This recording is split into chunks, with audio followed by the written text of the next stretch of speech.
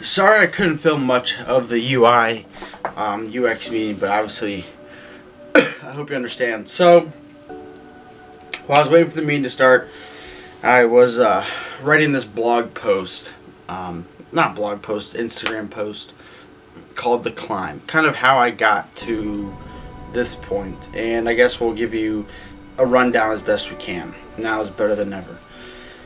So late 2015, early 2016, I was trading stocks, and I learned how to trade stocks, and I started trading stocks during my senior year, spring semester, so the last semester.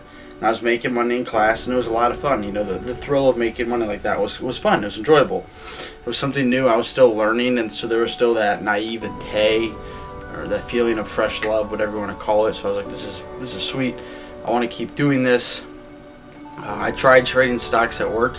Like literally, I go to my PC on my computer at home, and then would pull up that screen on the work computer and would try and trade stocks through that. And that kind of didn't work because when it comes to trading stocks, speed was huge, and that was kind of just adding more steps to the chain. So the signal had to go from the work computer to the home computer to the stock, whatever. It didn't really work.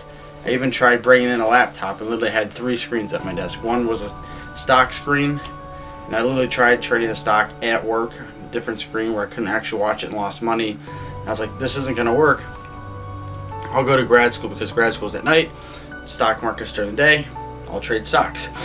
So, in between graduation with my undergrad and starting my master's, I got bored of stock trading. The thrill of making money just wore off. I was like, whatever. I don't know. It just got boring. It was a lot of work. I mean, you had to watch the news before the open, during the market, after the close, and see how things are moving. And it just wore off. I was like, all right, this has got boring. Because you literally sit at your computer all day and watch a ticker. There was no human interaction. You'd be in chat rooms, but it wasn't the same.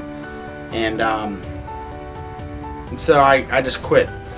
But I still had to, but I was already signed up for masters, so I had to go through with that. And I was like, what am I do for master's thesis? I had this crazy idea about using 3D printing, and entered it in a business pitch competition, and started doing market research, networking. Spent about 1.5 years doing that. Finally found a market for doing 3D printing and civil engineering. Finally created a thesis just this past spring, so spring of 2017, so about 1.5 years later, when this whole ordeal kind of started with grad school. But the interesting thing was, through the process, I really saw how old civil engineering is.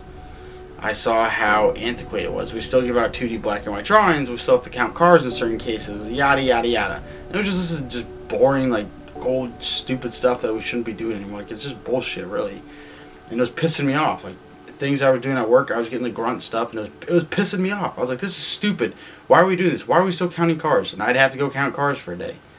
And it was boring. I hate counting cars, and I still don't understand. And I am working on figuring out why. I'm working on it. But nonetheless, so led to that, and it led to me learning about drones and virtual reality and things of that nature, which led to me, basically, to make this long story short, because gotta get back to work. I got some calls here. I just started. What the hell's the word I'm looking for? I just started reading research papers, and then cold emailing people and cold calling people and having questions and following up and doing all sorts of stuff. And started doing work for free with doing bridge inspections with drones. Generating reports. Then ended up getting signed on by a company. Now they're paying for me to become FAA certified, or pass the Part 107 fly drones. And then I started learning virtual reality because I went to a Toastmasters and I met a guy there that was into VR. Then I've gone to one VR meetup, going to more, learning that, starting to figure that out, pushing that stuff at work. The app developed out of frustration for what I was doing at work. I was like, this is stupid, this doesn't make sense. How did people not figure this out yet? Talking to company, cold calling, cold pitching, and just doing, and that's kind of how it's led to this here. I mean, there's some things I haven't told you. I eat a lot of crap. I eat a lot of shit. I do reverse engineering CAD drawings as a way to make money right now to develop stuff, and I just reinvest it. I don't go out. I don't socialize. I can't afford it. I don't have the money.